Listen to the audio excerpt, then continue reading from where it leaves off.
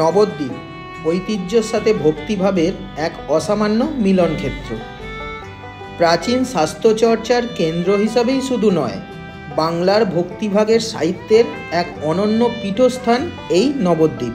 কুসংস্কার এবং অনেক জটিল নিয়মের আবর্তে সাধারণ মানুষের কাছে হিন্দু ধর্ম যখন অনেকটাই ধরাছোঁয়ার বাইরে, সেই সময় এক যুবপুরুষ অতি সহজ সরলভাবে সাধারণ মানুষের কাছে ধর্মকে নিয়ে এলো।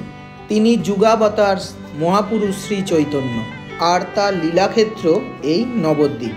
ভক্তিভাবের সাথে প্রাচীনত্বের এক অভাবনীয় মেলবন্ধনকে অনুভব করতে অবশ্যই একদিনের জন্য ছুটিতে ঘুরে আসুন এই নবদ্বীপ ধাম।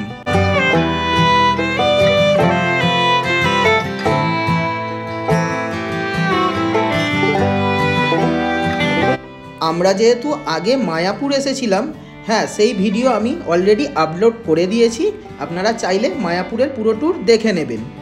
তাই মায়াপুর থেকে নবদ্বীপ ঘাট যাওয়ার জন্যে 10 টাকার বিনিময়ে লঞ্চের আমরা একটা টিকিট কেটে নিয়েছিলাম। এখান থেকে লঞ্চে করে আমরা যাব নবদ্বীপ ধাম।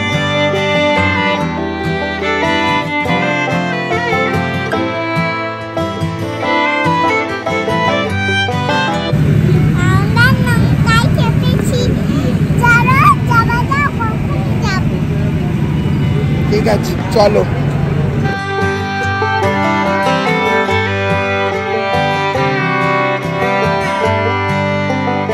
আমরা নবদ্বীপ ঘাটের পাশ থেকেই একটা টোটো বুক করে নিয়েছিলাম, টোটাল দর্শনীয় স্থান ঘুরে দেখব বলে। আমাদের ভাড়া পড়েছিল 300 টাকা, আপনারা চাইলে একটু দর করে নেবেন। আমরা প্রথমেই এলাম শ্রী মন্দিরে, যেখানে আছে সোনার গৌরাঙ্গ।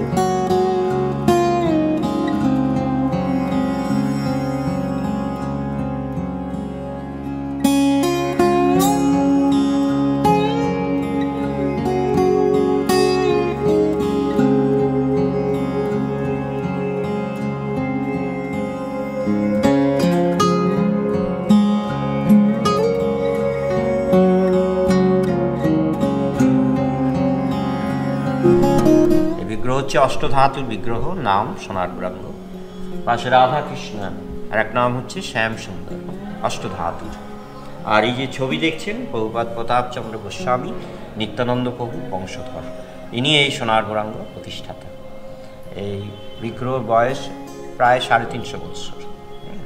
এই বিগ্রহ ছিল কলকাতা শোভাবাজার, ওখান থেকে এখানে আনা হয়েছে। মন্দিরের বাইরে বিভিন্ন ধরনের দোকান আপনাদের চোখে পড়বে, এখান থেকে চাইলে টুকটাক কেনাকাটা করতে পারেন।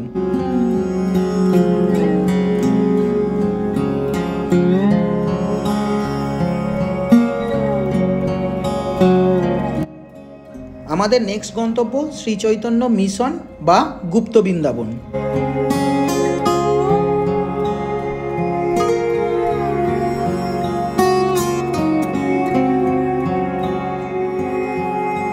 রাস উৎসবের সময় কিন্তু এই মন্দির পুরো সেজে ওঠে।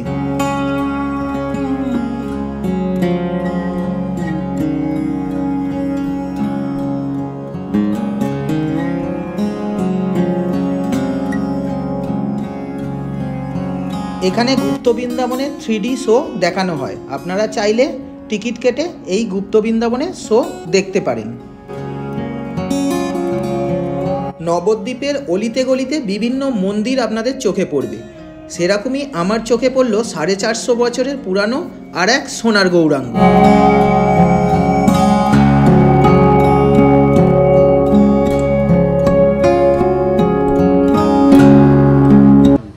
মহাপ্রভু সন্ন্যাস নিয়ে চলে যাবার পর 5 বছর পর ফিরে এসে যখন ওনার স্ত্রী বিষ্ণুপ্রিয়া কাঁদছিলেন, বিষ্ণুপ্রিয়াকে সান্ত্বনা দেওয়ার জন্য আগের মন্দিরের মূর্তি আর পাদুকা দিয়ে গেছিলেন, আর ভক্তদের সান্ত্বনা দেওয়ার জন্য এই বিগ্রহ আদিষ্ট করে দিয়ে গেছেন। ওনার আদিষ্ট বিগ্রহ 450 বছরের পুরনো বিগ্রহ।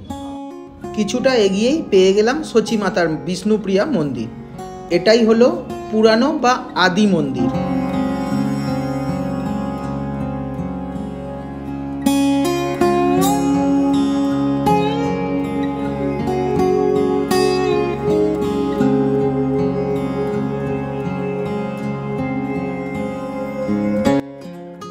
আরও কিছুটা এগোতেই চোখে পড়ল মহাপ্রভুর উপনয়ন লীলা মন্দির। এই মন্দিরেই 9 বছর বয়সে প্রভুর পৈতে হয়েছিল।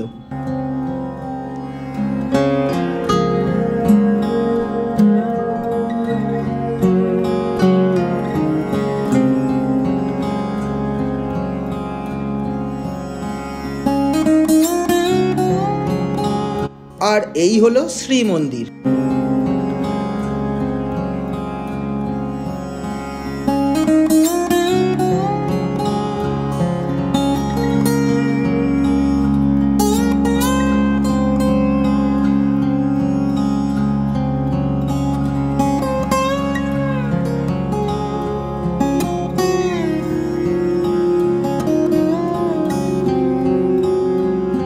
আর এই হলো মহাপ্রভুর জন্মস্থান।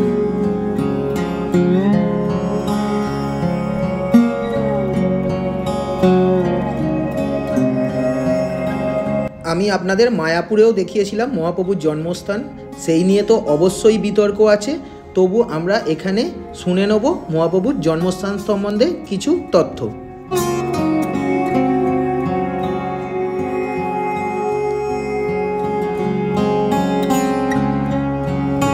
নবদ্বীপের বাইরে কোথাও কোনো উল্লেখ নাই, অন্য কোনো গ্রন্থে উল্লেখ নাই যে নবদ্বীপের বাইরে মায়াপুর কি প্রাচীন মায়াপুর অন্য কোথাও কিছু মহাপ্রভু আবির্ভাব হয়েছেন। এটা আজকের নয়, সত্যযুগ থেকে নির্ণয় করা আছে মহাপ্রভু কলিযুগে শ্রীধাম নবদ্বীপ, ধামও বলা হচ্ছে, শ্রীধাম নবদ্বীপে আমি অবতীর্ণ হব শচীর অঙ্গনে। এবার আমি পৌঁছে গেছি গৌর গোপীনাথ জিউয়ের মন্দির, যেখানে রয়েছে পৃথিবীর সবথেকে বড় শ্রী চৈতন্যদেবের মূর্তি।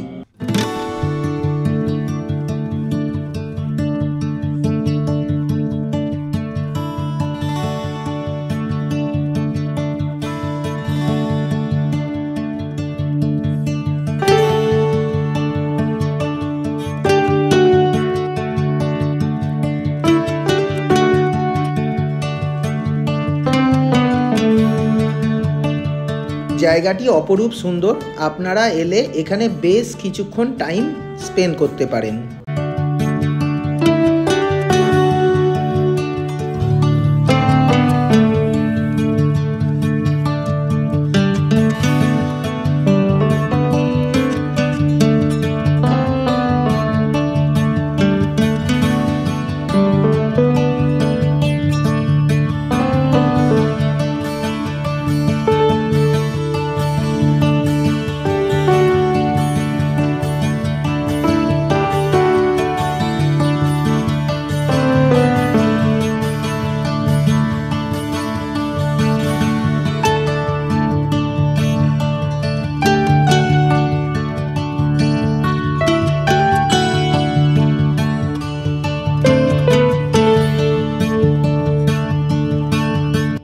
নরহরি ধামের পাশে এই যে গঙ্গার ঘাট বলা হয়ে থাকে, এই গঙ্গার ঘাট পেরিয়েই তিনি নিরুদ্দেশ হয়েছিলেন।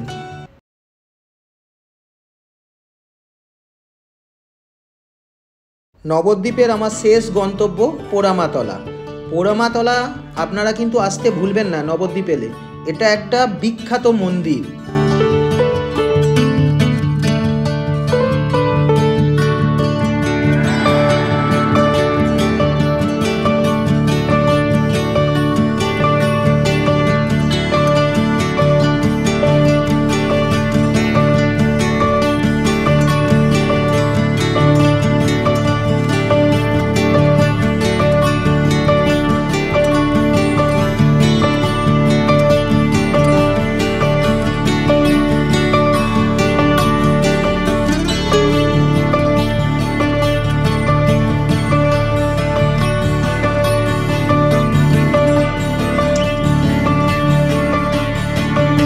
পাশেই রয়েছে বহু প্রাচীন এক শিবলিঙ্গ এবং তার পাশে রয়েছে মা ভবতারিণীর মন্দির।